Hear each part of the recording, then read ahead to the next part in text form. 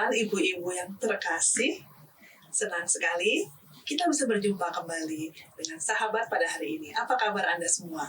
Semoga Anda semua dalam keadaan sehat, tetap semangat dan selalu penuh dengan sukacita. Pada hari ini, seperti biasa saya Francisca Audrey ditemani dengan sahabat saya Laurencia Fani. Dan pada hari ini kita akan membahas apa nih, Fani? Kita ngobrolin apa ya? Oh, masalah media. Wow, media tuh sesuatu yang mungkin banyak orang anggap sepele, tapi sangat penting ya. Ternyata. Ya, betul. Nah, kita kan nggak ngobrol sendiri ya, kita nggak ngobrol berdua kan, karena kita nggak ngerti apa-apa. Mesti ahlinya, gitu. Pakarnya kita panggil ya. Siapa nih Pak yang jadi media pada hari ini? Romo Agus, selamat datang Romo Agus. Terima kasih untuk semua. Iya. Romo sudah berkenan hadir, Romo. Ya. Seperti tadi kata Fani, kita bingung nih, apa sih istimewanya, hebatnya media, begitu ya? Sorry. Nah, karena judulnya itu agenda setting media, Ya. begitu ya, Iya. Romo ya. Setting media. Nggak main-main loh settingan nih. Mungkin Romo bisa menjelaskan ya. Jadi begini. Dulu. Mungkin banyak sahabat yang belum kenal Romo. Oke. Ya, mungkin Romo boleh memperkenalkan diri, Romo? Kita tanya ya. Memperkenalkan diri. Silakan, Romo. Ya, saya Romo Agus juga SVD, itu kongregasinya itu SVD. Lalu kerja sehari-hari sekarang itu bekerja di sebuah yayasan Komisi Keadilan dan Perdamaian milik SVD dan suster-suster SPS. Itu namanya FIFAT Indonesia. Sehari-hari bekerja di situ. Dan sesekali kalau dibutuhkan untuk misa, biasanya kita pergi ke Paroki Galaksi karena di sana juga parokinya SVD, makanya kami misa di situ. Nah, sedangkan profesi sehari-hari ya seperti ini, kita sebagai Panggilan ya Romo. ya panggilan, kalau dipanggil ya ikut macam gitu. Ya, tetap menjadi orang baik, dipanggil Tetap datang. Nah Romo, Ya, kita langsung ya ke tema kita ya, ya. oke. Langsung ke laptop. Nah, kita tahu ya agenda setting media ini ya Romo ya, gak usah dari yang bawah kita langsung jeger ke Bapak Paus. Oke. Masih segar nih. Masih segar. Pausan udah Almarhum. Ya. Ya. Kalau saya lihat ya Romo, seperti yang saya baca-baca ini di web ya, itu kok malah perannya itu banyak ya di politik, sosial politik ya. Sementara dia adalah pemimpin gereja kita. Nah, bagaimana nih menurut Romo? Berarti maksud itu Bu itu dia waktu di Indonesia itu kelihatan bahwa lebih banyak yang diekspos itu tentang kegiatan politik Iya, sosial. iya, Begitu. kebanyakan di media juga ya saya di media. dapatnya. Ya, oke. Jadi begini, ini yang kita tadi bicara tentang agenda setting ya. Agenda setting. Ya. Itu bahwa Paus ini di samping dia sebagai pemimpin negara, ya, Vatikan, dia juga sebagai pemimpin agama. Nah, jadi datang ke Indonesia itu kan punya dua peranan, dia sebagai pemimpin gereja, pemimpin negara yang datang dan juga pemimpin agama. Lalu karena negara dengan negara, maka semua media yang berada di Indonesia ini, mereka melihat itu poin pertama sebagai seorang pemimpin politik dalam konteks negara Vatikan. Sehingga yang disoroti, hampir semua media soroti itu kegiatan-kegiatan politik, kegiatan kemanusiaan. Tetapi jangan lupa juga bahwa kita sekarang mendefinisikan agama dan politik itu nggak bisa. Agama yang terbaik dan agama yang diperjuangkan oleh orang Katolik itu agama kemanusiaan. Pada saat Anda memperjuangkan kebaikan untuk kemanusiaan, itulah agama yang paling benar. Makanya dia datang sekaligus tentang politik, tetapi sekaligus tentang kemanusiaan yang merupakan agama juga. Begitu. Iya. Baru ngerti? Jadi begini ya, kita omong tentang agenda itu termasuk juga siapa yang meliput. Media mana yang meliput dan siapa pemilik media itu. Jadi ada ideologi di balik media itu. Jadi media itu di satu pihak sebagai media komunikasi, tapi juga sebagai satu ideologi yang dia bisa membentuk opini, opini publik. Ya. Sehingga misalnya waktu Paus datang ke Indonesia, apa yang lebih diekspos untuk kita tahu itu tentang kesederhanaannya. Kenapa kesederhananya? Konteksnya demikian datang ke Indonesia. Pada saat itu, waktu Paus datang sekitar September kan 2000, itu 1-2 bulan sebelumnya itu anak dari presiden ini, yang anak kedua itu kan dia pergi dengan jet pribadi ke Amerika. Ya. Media semua kan ngomong tentang itu kan, pada saat masyarakat sederhana sebentar menderita dan sebagainya, pada saat itu orang-orang yang punya duit berfoya-foya hidup hedonisme dan macam begitu. Waktu itu memang situasi seperti itu selalu menjadi warna dari pemberitaan media. Tiba-tiba datang seorang paus yang pemimpin agama yang terkenal di seluruh dunia datang, lalu dengan begitu sederhana, lihat yang disoroti apa? Pertama yang disoroti jam tangannya itu, yang harga 20.000, dan itu disorot ulang-ulang dan diberitakan ulang bukan oleh satu media televisi, tapi semua media televisi. Tidak ada 2 poin yang disoroti waktu itu tentang kesederhanaan paus dan juga kerelaan paus untuk membangun dialog dengan agama lain. 2 misi ini yang dibawa datang. Tetapi dilihat oleh media konvensional sebagai satu situasi, satu agenda politik dan sosial. Tetapi untuk kita orang Katolik, kita lihat itu sebagai satu kunjungan kegembalaan tentang kemanusiaan yang dibawa oleh paus. Tadi kita katakan juga tentang itu sudah dibuat oleh media. Makanya media Katolik, media Kristiani harus juga memformat berita yang sama dengan perspektif yang lain, supaya jangan kita bilang kenapa sih Metro buat begitu, Kompas buat begitu, lalu medianya Katolik buat apa? Ya itu makanya. Jangan cuma kritik. Ya itu jangan cuma kritik. Ya, kita tampilkan yang itu. Tapi dua nilai besar yang dibawa oleh paus itu tentang kesederhanaan dan juga hubungan antara agama. Ya. Di balik itu semua ya Romo ya, kan nggak ada pesan sponsor dari satu misalnya dari kepausan ya. Oke, kalian harus menyeting seperti ini, tidak ya Romo ya? Iya, jadi begini, di Vatikan itu mereka ada komisi komunikasi juga, itu disebut Pontifical Council for Social Communication. Jadi di sana semua media ada, mereka punya, ada media, sampai Instagram semua ada. Nanti sebagai kepala negara yang pergi ke negara yang lain, mereka akan format berita itu datang ke Indonesia. Kan setiap kali paus berangkat ada seorang yang pakai yang kayak gitu kan untuk syuting. Nanti ke sana mereka buat dalam 2 bentuk. Yang satu diformat atau dibingkai dalam perspektif politik sosial negara, tetapi pada saat yang sama nanti komisi komunikasi itu format juga dalam bentuk kunjungan kegembalaan seorang pemimpin agama ke negara yang lain. Dari pesan yang satu. Jadi pesan yang satu itu dilihat dalam 2 perspektif yang berbeda. Satu dari segi lihat sebagai pemimpin gereja, yang satu sebagai pemimpin dunia, pemimpin negara, macam-macam gitu. Itu yang ditekankan. Jadi tergantung dari bagaimana kita memformat berita. Ya, kalau format tentang agama begitu. Tetapi kita harus kembali kepada yang disebut, yang dibawa oleh paus itu, pesan perdamaian yang paling itu adalah bagaimana hubungan antara agama dan juga dengan ini kesederhanaan. Mungkin satu hal yang saya ingin tekankan itu begini, paus datang ke Indonesia dengan negara yang mayoritas beragama Islam. Ya. Paus Fransiskus ini almarhum adalah satu-satunya paus yang menyuarakan perlawanan keras dan memihak kepada situasi di Gaza. Dan orang-orang di Indonesia ini orang-orang yang memihak kepada pembebasan Palestina dan negara seperti itu. Dan paus datang dan orang lihat di belakang paus ini ada perjuangan dia untuk memihak kepada orang-orang yang di Gaza. Dan juga sebelum paus datang kan sudah ada dibuat perjanjian 2, perjanjian apa itu namanya, yang tanda tangan antara paus dengan ini imam besar Al-Azhar tentang kita harus membangun hubungan yang baik dengan agama-agama yang lain, termasuk agama Islam. Dan itu juga yang dibuat di sini dengan imam besar Masjid Istiqlal dan sebagainya. Simbol yang sangat kuat untuk kita bahwa kalau kita berantem terus berkelahi terus ya. Kita kan tidak ada ini terowongan silaturahmi. Itu simbol yang sangat hidup untuk kita, begitu.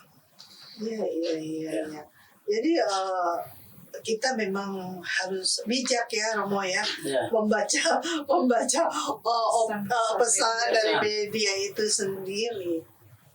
Jadi kalau saya simpulkan ya memang seorang paus tercipta itu memang top duluan ya Romo, bukan karena media. Iya. Tidak juga. Iya. Tergantung dari bagaimana cara melihatnya.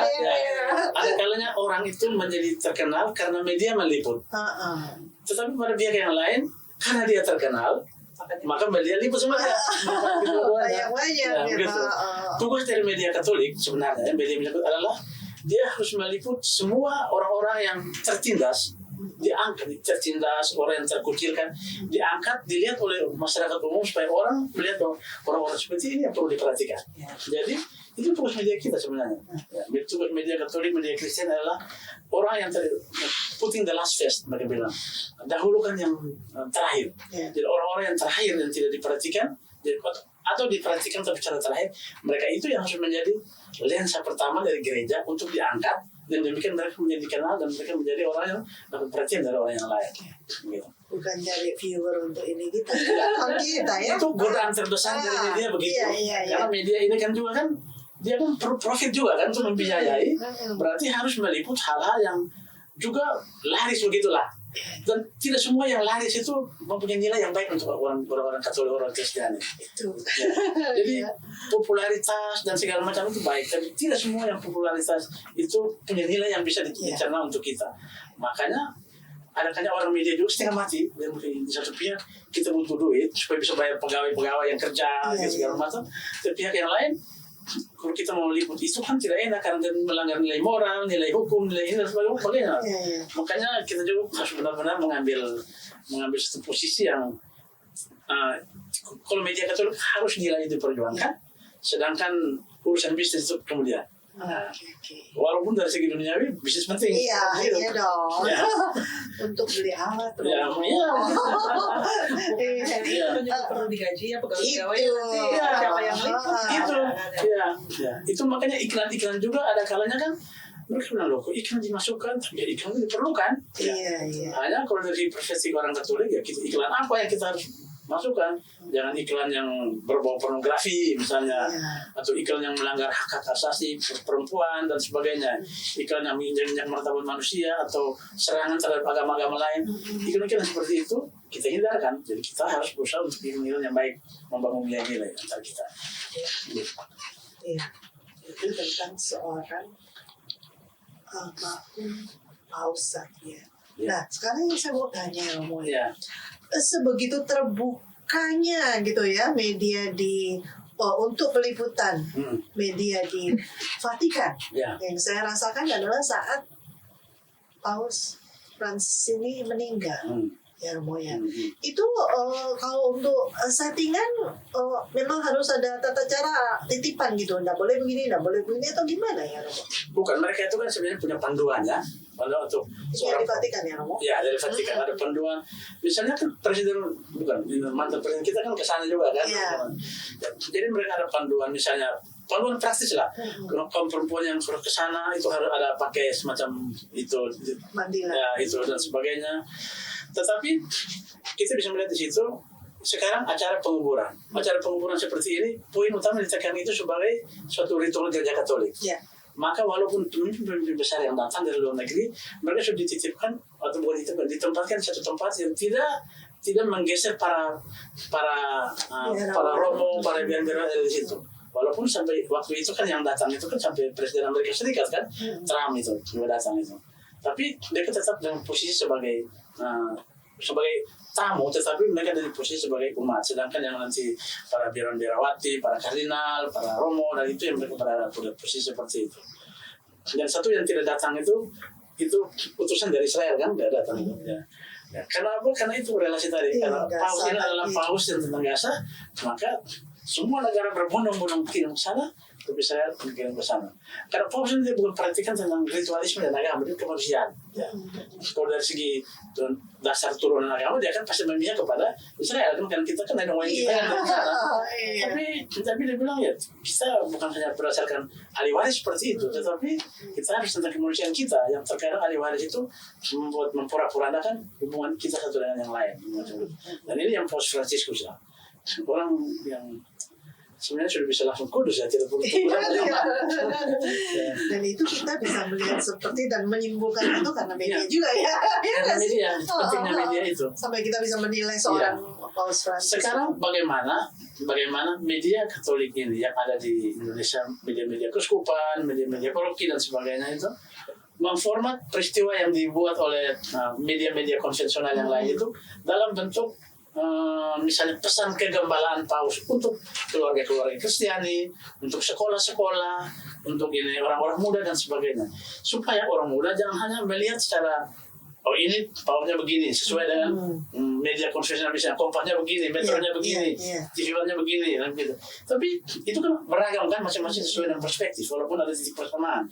Tapi bagaimana komisi komunikasi misalnya dari KWI, dari KAJ, dari komisi-komisi yang mana, mereka memformat itu dalam bentuk pesan kata ketik, kata kese untuk keluarga, untuk anak muda, untuk anak-anak yang kecil-kecil ya, anak-anak TK dan sebagainya.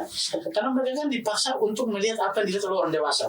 Tapi bagaimana dibuat dalam format anak-anak supaya mereka melihat itu sebagai bagian dari formasi anak-anak itu penting juga. Dan itu kerja berat dari agen-agen pastoral gitu. Mungkin saya bisa nanya ya. Komso sudah melakukan itu belum begitu loh, mereformat begitu ya Romo ya. Memformat atau membingkai, membingkai sesuai dengan audiens Katolik ya.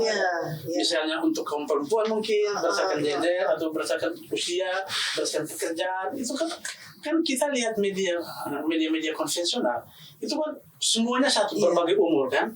Anak-anak kecil dipaksa untuk melihat sesuatu yang ada kadang mereka dengan cara lain. Bagaimana? Seperti saya Romo tadi, ini masih politik gitu kan. Jadi bagaimana nanti kita format itu untuk anak-anak dalam TK, SD-nya seperti ini sehingga mereka mengatakan, oh Paus ini pernah datang, saya kecil dan saya mengerti Paus Fransiskus seperti ini orangnya, seperti ini orangnya. Sehingga dan itu tugas dari semua kita ya, dari kita semua bagaimana. Bahkan orang tua juga bisa menceritakan ulang itu kepada anak-anaknya berdasarkan latar belakang pendidikan dan pemahaman tentang agama yang versinya bisa beda-beda. Gitu. PR banyak tuh. PR banyak. Paus datang, PR-nya banyak. Bisa sampai meninggal dan menjadi orang kudus yang sesuai dengan hati kita inginkan begitu ya Romo ya. Memang orang yang sangat sederhana. Saya bisa cerita pengalaman kecil waktu di Korea ya. Itu gini, Paus ini datang ke Korea. Ada 2 agenda pada hari itu. Pertama dia akan bertemu dengan para biarawan-biarawati seluruh negara itu Korea. Lalu setelah itu dia ada agenda untuk berbicara selama 1 jam untuk anak-anak disabilitas. Lalu dia terbang dari Seoul ke tempat yang itu. Sampai di sana karena itu cuaca kurang baik, maka helikopter itu tidak datang tepat waktu, terlambat sekitar setengah jam. Itu berarti sudah potong waktu dari pertemuan para biarawati. Orang-orang Korea kalau hal-hal seperti itu mereka itu maunya supaya bagus penampilannya dan sebagainya. Di buku doa itu dicetak ulang cara duduk. Kami ini dilatih untuk cara berlutut, berdiri, duduk, terima Paus, menyanyinya suaranya gimana semua. Tapi Paus sudah terlambat. Apa yang dia buat? Dia datang, dia selamat untuk kami semua. Lalu dia kasih kata pengantar sambutan itu sekitar 4 menit. Sudah dia bilang kita berdoa bersama 1 kali salam Maria. Sudah dia bilang kamu doa sendiri yang sudah kamu siapkan, saya mau bertemu dengan orang disabilitas. Dan 1,5 jam untuk kamu dengan disabilitas. Sedangkan kami ini sudah berdoa sendiri. Kita sudah tunggu berjam-jam loh. Jadi kita bisa melihat opsi dia itu apa sih? Opsi dia itu bukan seremoni, tetapi bagaimana pelayanan untuk orang-orang yang sama sekali tidak diperhatikan. Dan media itu justru itu yang harus difokuskan untuk diekspos. Bukan yang religius datang doa. Kan tiap hari mereka doa. Tapi media persiapannya sama dong di tempat situ. Jadi waktu di tempat situ ada yang sudah di sana untuk dilihat-lihat bagaimana posisinya. Dan Paus itu yang mungkin tertarik dari sana. Tertarik terhadap orang disabilitas daripada lihat ini para biarawan-biarawati. Kan para biarawan-biarawati datang yang buku doanya. Kita kan setiap hari kita doa yang sama kan. Sehingga Paus dia kan pemimpin gereja. Dia kalau batal ya batal. Jadi dia bilang, tapi dia tidak larang kami untuk berdoa. Dia bilang, silakan kami lanjutkan doa. Dan saya ke sana. Jadi cuma dapat berapa 4 menit. 4 menit itu dia akan sampaikan dia punya kata sambutan yang mungkin sudah diringkaskan. Dia berubah. Lalu ke sana begitu lama di sana. Satu persatu disentuh, dicama dan omong dan sebagainya. Ada kan kita menjadi cemburu juga ya. Kita datang dari tempat yang jauh dan sudah lama kami tunggu 4 jam. Ya. Tapi datang lebih di sana. Sehingga itu sekaligus itu sebuah simbol yang keras sekali. Tunjuk kepada kaum rohaniwati benar-benar untuk mungkin alokasi waktu untuk seremoni itu harus diimbangi juga dengan alokasi untuk pelayanan terhadap orang kecil. Ya. Dan pelayanan yang terhadap orang kecil itu yang membuat kita untuk bisa berdoa. Jadi bukan berdoa yang mendorong bolak-balik begitu ya. Jadi saya berdoa supaya saya memiliki kekuatan untuk melayani. Tetapi dengan pelayanan itu dia harus membuat saya merubah doa saya. Rumusan doa saya berubah. Ya. Kalau tidak kita hanya berdoa tentang doa yang kita bukan berdoa tapi kita bilang kita berdoa kita atau kita membaca doa orang lain. Ya. Itu sebuah cita-cita saja. Cita-cita. Makanya kalimat panjang-panjang kan. Kita bilang kan kalau suruh bicara kalimat panjang-panjang dalam berdoa kebanyakan itu menipu dalam berdoa. Kalau pelayanan kan berarti ada objek yang kita kita berdoa berdasarkan pengalaman. Kita berdoa kemarin kita doa Bapak kami kan. Ya doa Bapak kami itu tentang pengalaman. Jadi enggak doa lagi bilang ya Tuhan dan Allahku aku berlutut di hadapan. Kita doa Tuhan kasih aku makan hari ini aku mau makan. Selesai itu poin. Begitu. Kita break dulu ya. Yang di sesi yang pertama ini, sahabat obrolan ibu-ibu, kita break di sesi yang pertama ini. Kita lanjut di sesi yang kedua.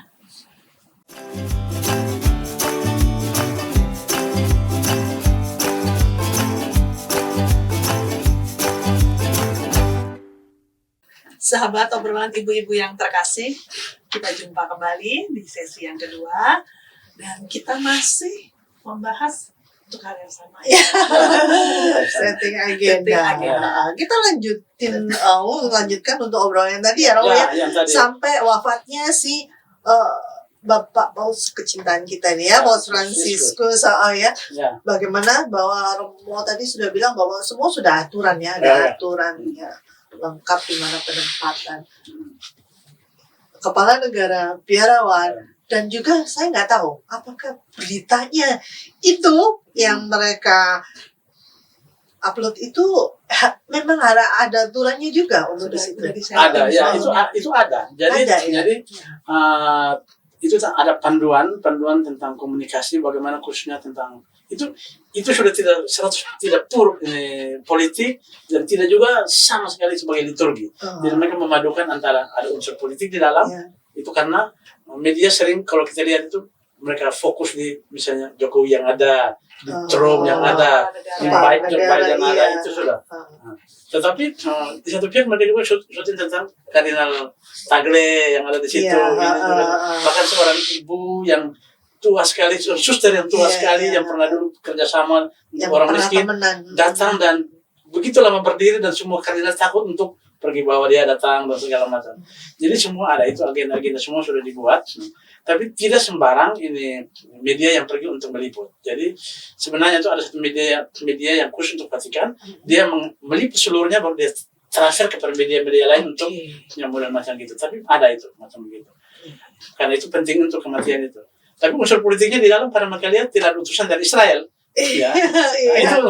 Itu sebenarnya tidak perlu disebutkan. Tetapi ada beberapa media yang selalu memberitakan itu, bertanya, kenapa sih utusan Israel? Lalu yang di Israel mereka wawancara dengan si Netanyahu bilang kami utus, tetapi setelah itu dikirim itu tapi terhapus di apanya, pokoknya macam-macam. Ya. Nah, itu berarti politik mulai masuk itu. Untungnya yang mengcover berita itu sedikit media. Kalau waktu itu hampir semua media mengcover itu berarti pemakaman ini pausnya menjadi tidak relevan lagi. Itu berarti ada orang yang sudah mengatur sedemikian rupa sehingga kita ngomong tentang liturgi pemakaman, mengantar dia kepada Maria Maggiore untuk dimakamkan di sana. Boleh ada sedikit menyangkut politik, tapi itu jangan menjadi yang utama. Sedikit untuk hanya menyentil supaya orang tahu bahwa dia yang dulu membela Gaza dan sebagainya, dan sekarang dia pada saat kematiannya orang masih tetap itu sebagai dendam politik masih tetap ada. Macam gitu. Karena saya juga tetap melihatnya kacamata politik ya seperti yang kamu tadi sebutin. Sering sekali itu di shoot kepala negara. Itu wakil dari politik itu sendiri. Nah, Romo kita lanjut ya Romo setelah pemakaman. Itu sangat khidmat ya, sangat kusuk gitu. Terus ke konklav ya Romo ya. Lucunya konklav.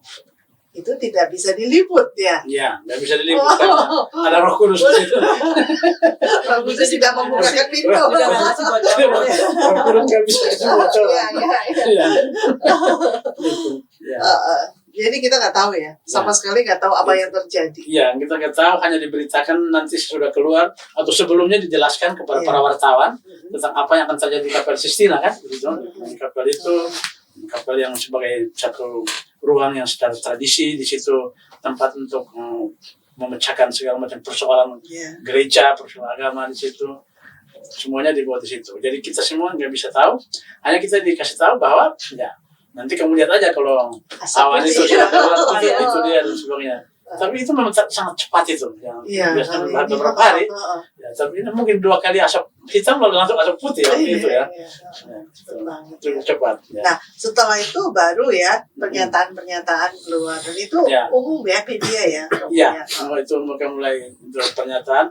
Tapi pernyataan dari Paus yang baru waktu itu kan, Leo itu kan, dia sampaikan yang pertama dia bilang damai sejahtera bersama. Itu kan dalam konteks Paskah.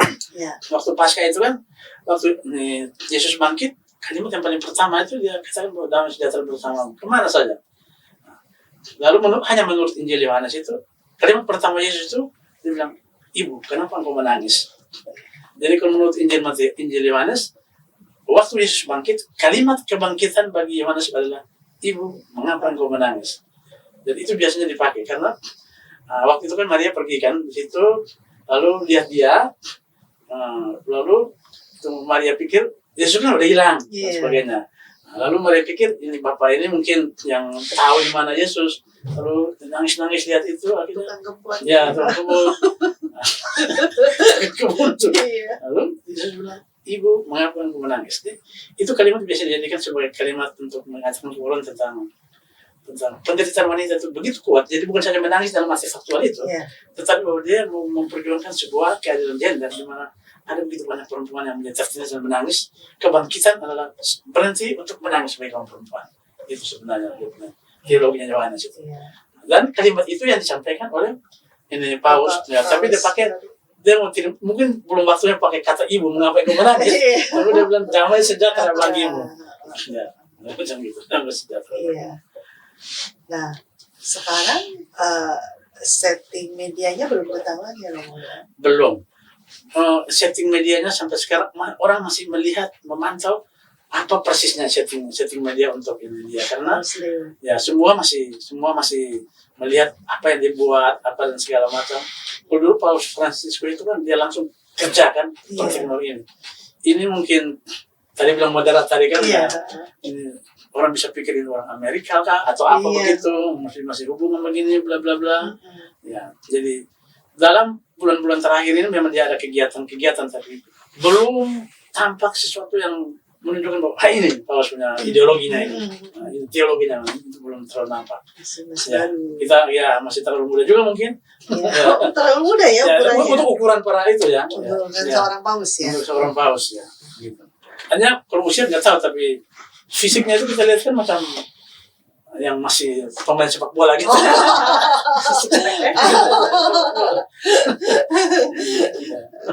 Tapi kan sebenarnya ya Romo, dari bagian medianya di Vatikan itu, mereka kan yang mengarahkan ini ke arah sini atau mereka mengikuti tadi yang seperti tadi Romo katakan. Ya, ada dua tadi itu yang kita masuk dalam agenda setting itu. Mereka punya misi adalah untuk menyampaikan kepada masyarakat tentang nilai apa yang diwatakan oleh Paus ini dan sebagainya. Jadi itu yang mau menyampaikan kepada masyarakat. Tapi di pihak lain, ada kalanya kan sesuatu terjadi secara kebetulan yang macam begitu. Mereka harus liput juga yang hal seperti itu. Kalau liput hal yang tidak direncanakan, biasanya tafsirannya banyak.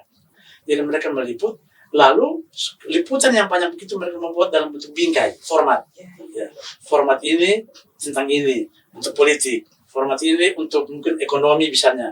Format ini untuk agama dan dogma. Itu ada semua nanti. Nah, nanti misalnya kalau mau ngomong tentang dogma, baru nanti seksi dogma datang, kita mengelaborasi yang ini untuk kegiatan ini, mengelaborasi begitu. Dan cara seperti itu yang perlu kita pikirkan juga tentang bagaimana kita mengkritisi semua tayangan yang ada. tayangan ini kan sangat universal kepada kita kan. Setiap orang melihat dengan cara berbeda, perspektif berbeda. Tapi sebagai orang Katolik kita harus melihat, kita mengambil itu, bagaimana kita format dalam perspektif Katolik untuk kita. Itu yang penting. Jadi mereka ada agenda juga. Ya. Tetapi mereka tidak terpaku pada agenda itu, tapi juga ada inisiatif baru yang muncul. Mereka masukkan itu juga sebagai satu hal yang bisa dipertimbangkan.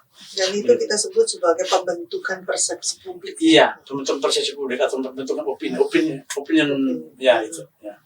Opini, Public opinion itu. Dan media itu kuat sekali dalam membentuk opini publik. Ya. Iya. Sangat Justru kuat. itu mereka itu jago mengiring Iya. istilahnya. Media itu mengirim kuat sekali. Iya. Ya.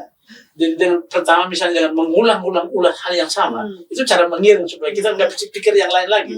Terus ke situ. Nanti itu, lagi begitu. Nah, lalu Untuk menghilangkan berita yang itu juga seperti itu ya, Iya. menggiring berita. ya menggiring itu. Makanya supaya kita tidak tergiring oleh penggiring itu. Iya. Ya, kita harus multiplikasi ini media. Dalam arti bukan kita menciptakan media, tapi kita tidak hanya nonton salah satu atau mengkonsumsi salah satu media, tapi berbagai media. Iya. Sehingga kita bisa bukan mengkritisi, kita bisa membaca, oh ini fokus utamanya ini, yang ini fokus utamanya ini. Berarti kebenarannya itu kita sendiri bisa simpulkan. Iya. Kalau tidak, kita mengikuti kebenaran yang diformat oleh media itu. Iya. Ya, media itu. Makanya cara supaya kita tidak terlalu dimonopoli dan dimanipulasi oleh media itu, Manipulasi ya. manipulasi media, kita melihat berbagai media, baik media konvensional, media ini, dengan demikian ya sudah ada begitu banyak opsi. Sehingga dengan begitu banyak opsi kita bisa melihat, oh ini saya ikut yang ini saja sesuai dengan Iya. Kesimpulan Mengambil kesimpulan sendiri. Opini Iya. yang dibentuk oleh media. Iya. Ya. opini media. Jangan kata lain, jangan mau dimanipulasi. Karena kalau tidak manipulasi kita dieksploitasi. Iya. Iya, betul. Gitu ya. Berdekatan.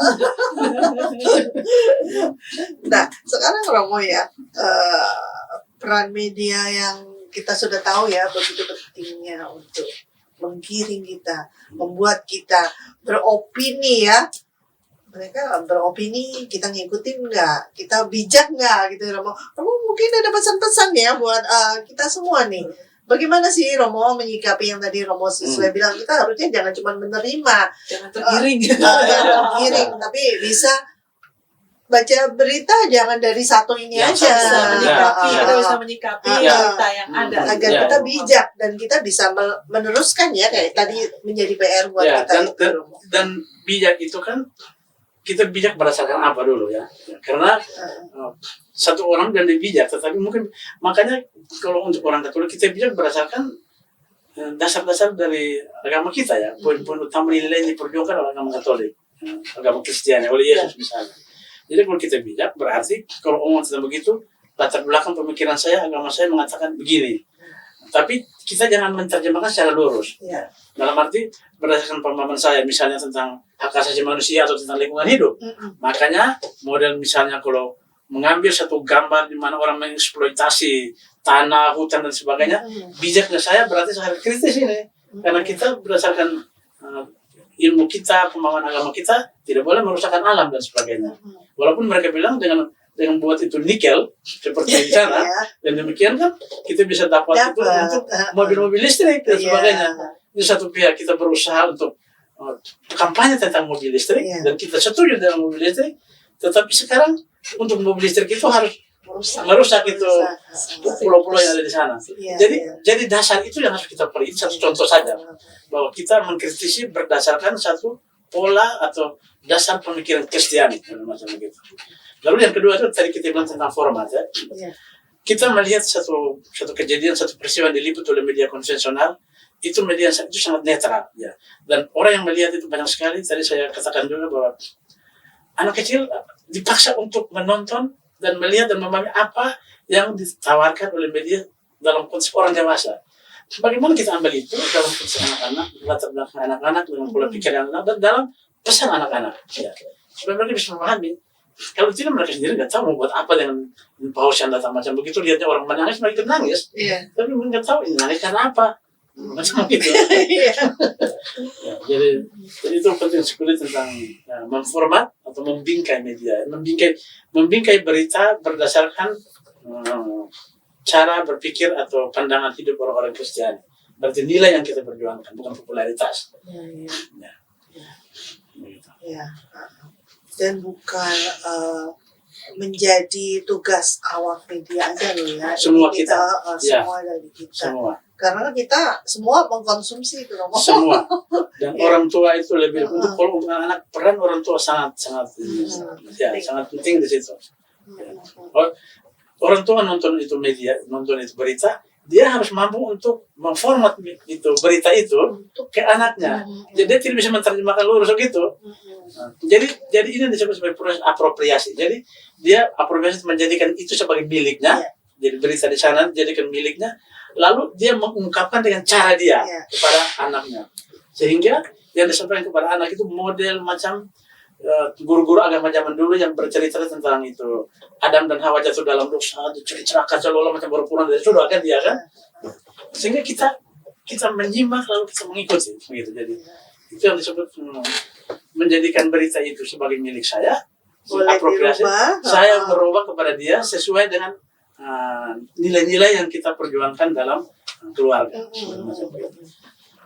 Karena kita mengingat ya bahwa media ini tidak ada batasannya, tidak dibatasi apa-apa ya. Tidak dibatasi dan bagi saya media itu tidak netral.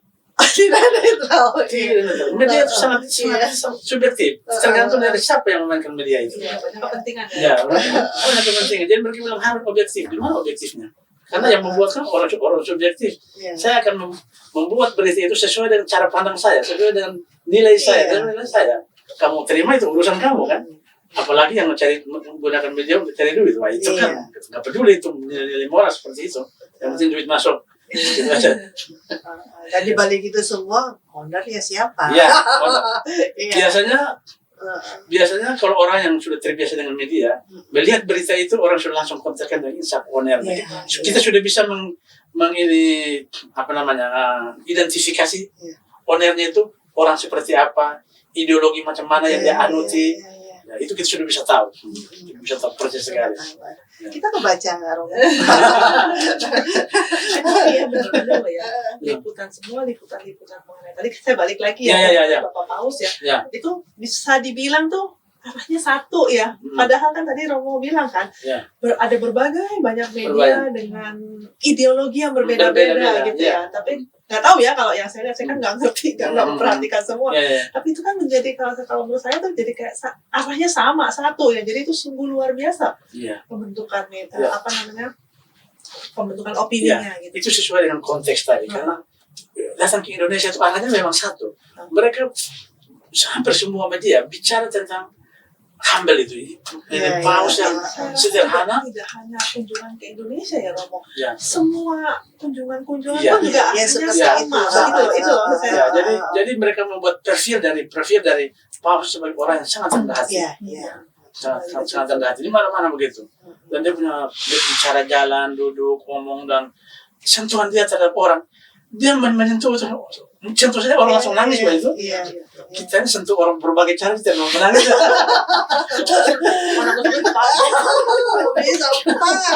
Sakit itu. Waktu pertemuan di sini kan yang seorang itu ibu yang dari Muslim itu kan. Ngomong sampai tidak bisa tahan lagi ngomong di depan pohon, nangis sampai begitu. Dan itu bisa bayangkan daya pengaruh dia itu begitu kuat ya.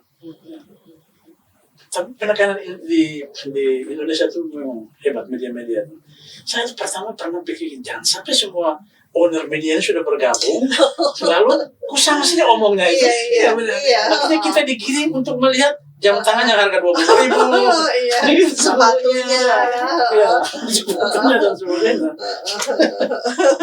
Jadi itu kuatnya media ya untuk membentuk opini publik itu. Makanya kalau sudah opini publik macam begitu, orang tua juga harus memberikan opini dari orang tua untuk anaknya, supaya dia tidak tergantung dari publik semata-mata. Yang opini dari orang tua, dari guru agama, dari katekis, dari orang sekitar. Jadi kita semua lah dipanggil untuk membentuk opini publik bagi anak-anak kita. Iya. Ya, gitu. Iya. Jadi menjadi refleksi dan tantangan untuk kita Untuk semua, kita, ya. Jadi walaupun kayak itu ya, sepertinya yang agenda setting media liputan Vatikan kan terus berjalan seperti itu, Ya. terus miss saat konklav gitu ya, terus ada lagi gitu ya. Nah kita tinggal tunggu aja ya agenda setting untuk Berikutnya. kita ya. Ini kita tunggu dia mau kemana ini. Iya, Ya. iya, iya. Karena kalau kita lihat di YouTube yang beredar itu ada seorang presiden atau pemimpin dari suatu negara Afrika yang sudah menulis surat untuk dia, apakah itu benar dari dia atau orang lain, yang mengatakan bahwa saya orang sederhana, lihat kamu dari sana, saya memuji kalian di atas lantai berbatu bersama ibu-ibu hamil yang tidak memiliki makanan selama 3-4 hari. Apa peranmu untuk kami orang Afrika? Macam-macam begitu kan? Berarti mereka mau membuat banding-banding antara Fransiskus dengan Leo yang sekarang ini. Iya. Tetap ya, Ya. dibanding-banding. Dibanding. Iya. Ada yang lalu dilupakan gitu kan. Ya, ya. Ya, kita sudah kehabisan waktu.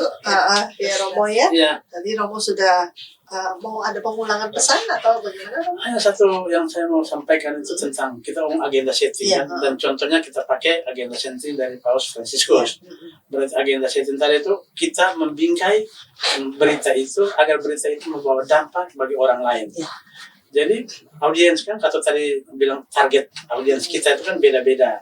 Jadi fungsi atau peran kita adalah kita melihat berita yang ada itu, biar berita ada kan jelek sekalipun, tapi kalau kemampuan kita untuk membingkai dia menjadi yang baik itu sebenarnya bagus itu. Ya.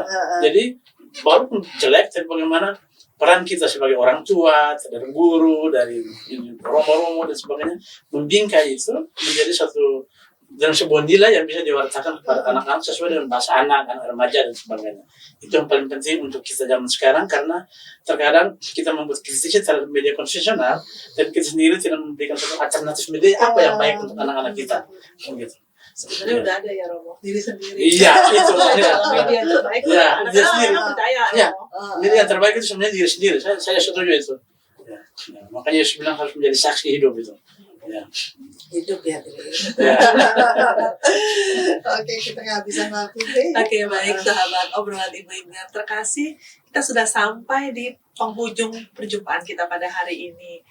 Dan semoga kiranya para sahabat dalam posisi sebagai orang tua ataupun orang muda ataupun siapapun boleh menjadi media-media yang terbaik bagi keluarga kita, bagi Bagian saksi hidup. ya, menjadi saksi hidup bagi keluarga kita, bagi orang-orang yang ada di sekitar kita, begitu ya Romo Ya, ya. betul. Media terbaik soalnya. Ya. Iya. Itu media. Iya. Baik Oke. sahabat obrolan ibu-ibu yang terkasih, saya Francisca Audrey dan ditemani oleh sahabat saya Laurencia Fani dan juga Bagus. kami pamit undur diri. Terima kasih untuk Sampai ketemu lagi. kesetiaan Anda sampai akhir dari acara kesayangan kita obrolan ibu-ibu. Ibu-ibu. Sampai jumpa dan terima kasih.